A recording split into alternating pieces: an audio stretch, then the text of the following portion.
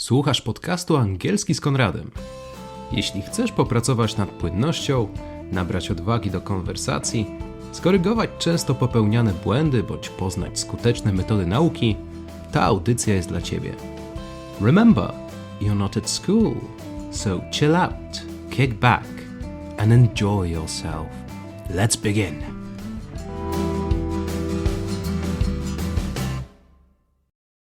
Hello everyone. Welcome to another episode of Angielski z Konradem. I hope you are well, ready, and willing to learn. I hope you enjoy the show today. Let's begin with some vocabulary. Today, we're dealing with phrasal verbs, so a verb with a preposition. Put up with something. Znosić, tolerować coś. Come down with an illness. Nabawić się choroby.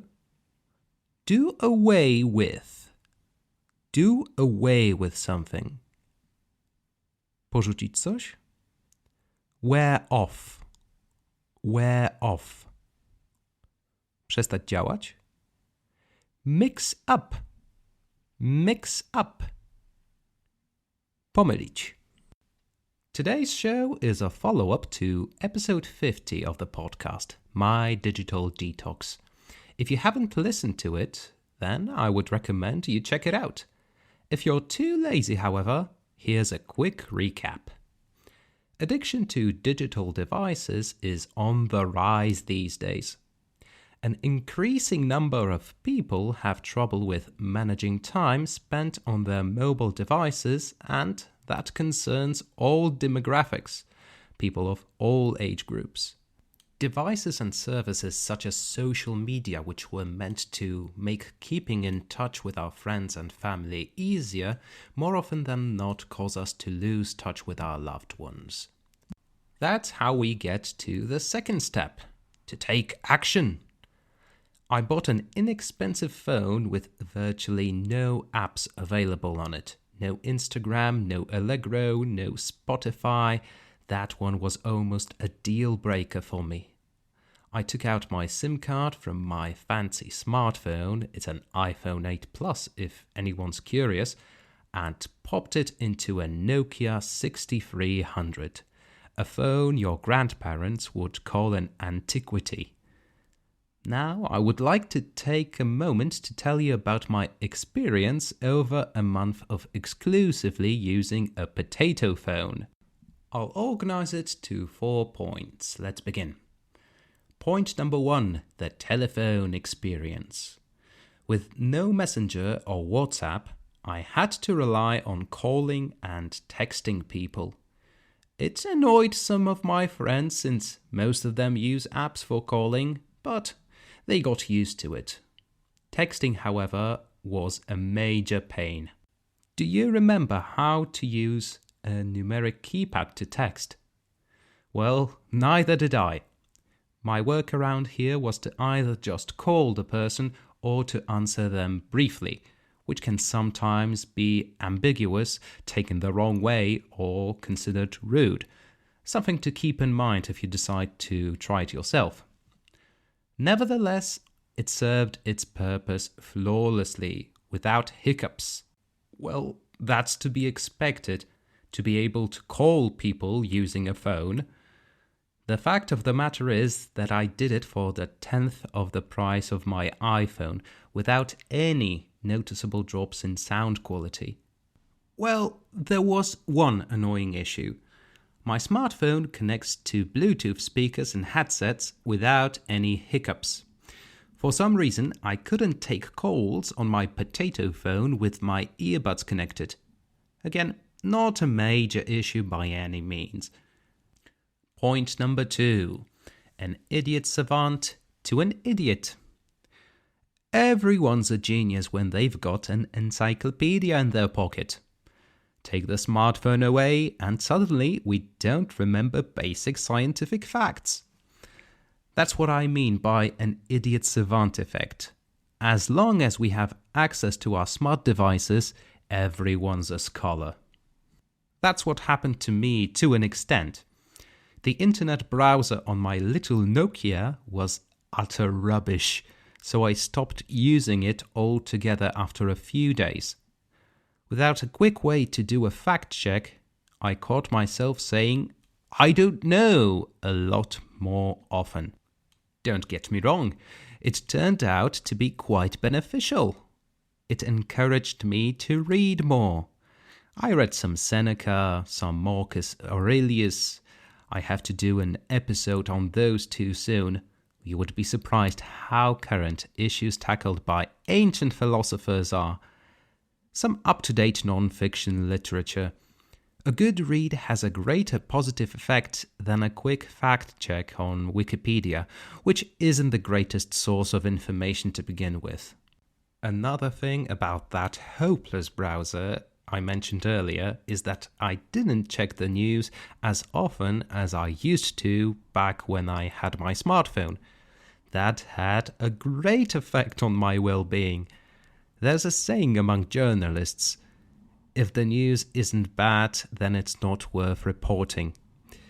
If you think about it for a minute, most stories covered in news have actually little to no effect on our lives, so there's little to get excited about.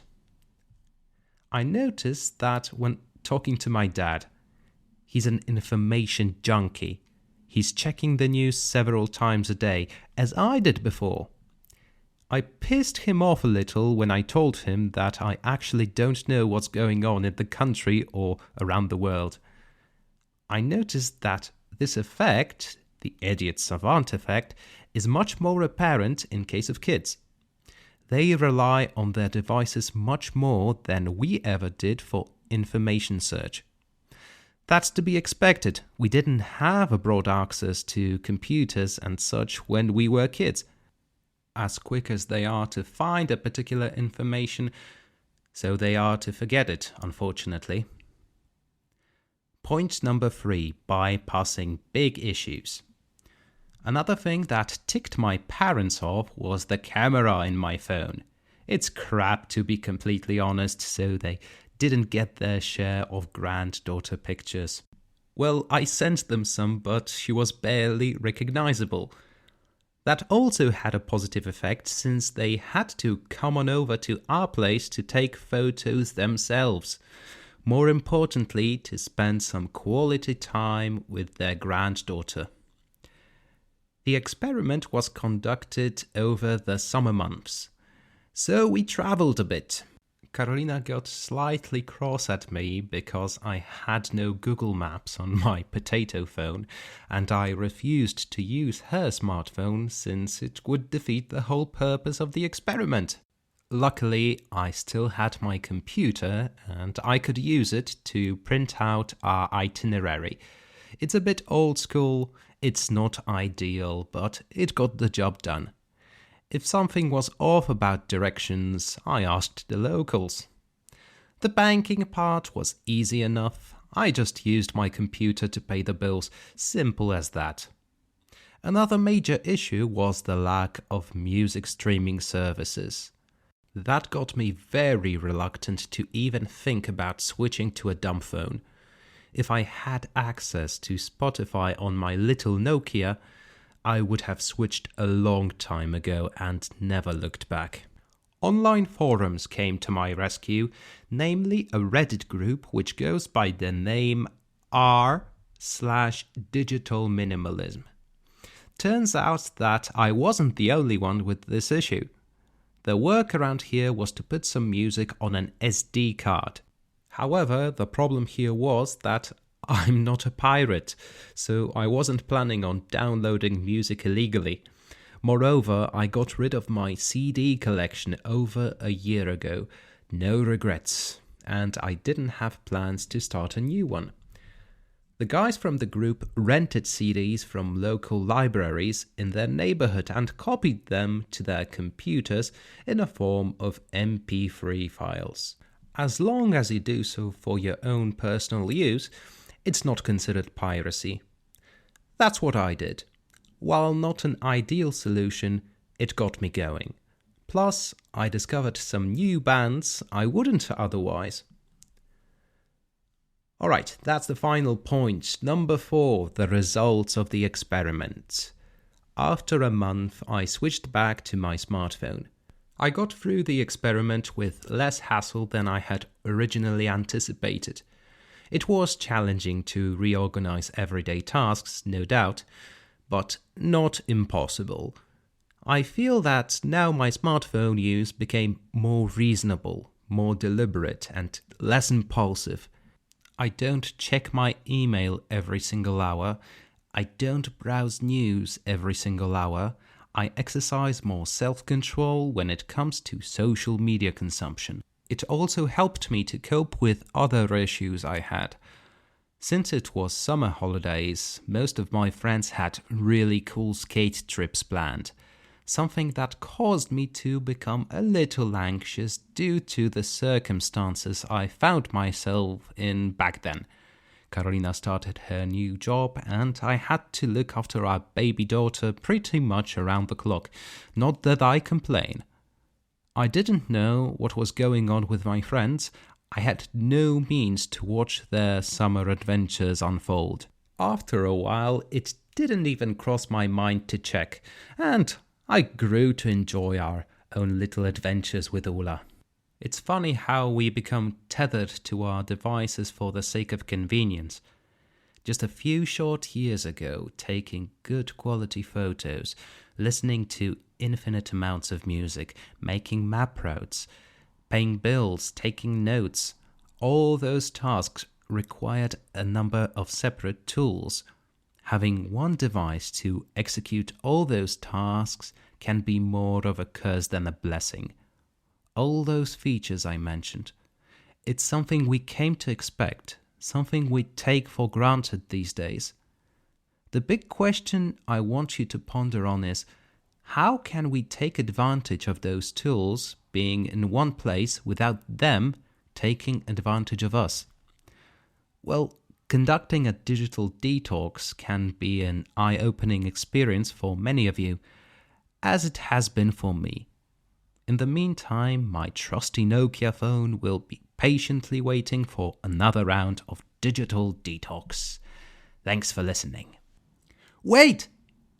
Before you leave, let's revise vocabulary for this episode. I will provide you with the translation and an example sentence, which you will hear twice. You can practice those sentences yourself. They're at the very end of your podcast notes. Let's begin. Put up with. Put up with something. Znosić coś, tolerować. Zoe can't put up with teenagers listening to music on their Bluetooth speakers. Zoe can't put up with teenagers listening to music on their Bluetooth speakers.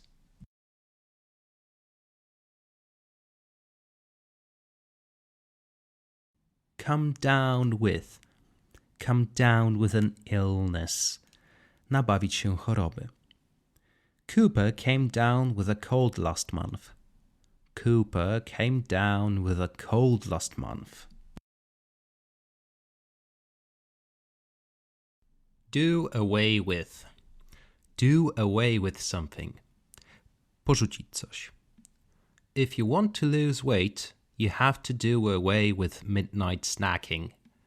If you want to lose weight, you have to do away with midnight snacking.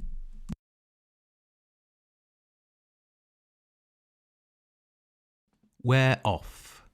Wear off. Przestać działać. Bad first impressions are hard to wear off. Bad first impressions are hard to wear off. Mix up. Mix up. Pomylić. People often mix me up with Ashton Kutcher. People often mix me up with Ashton Kutcher. People often mix me up with Ashton Kutcher.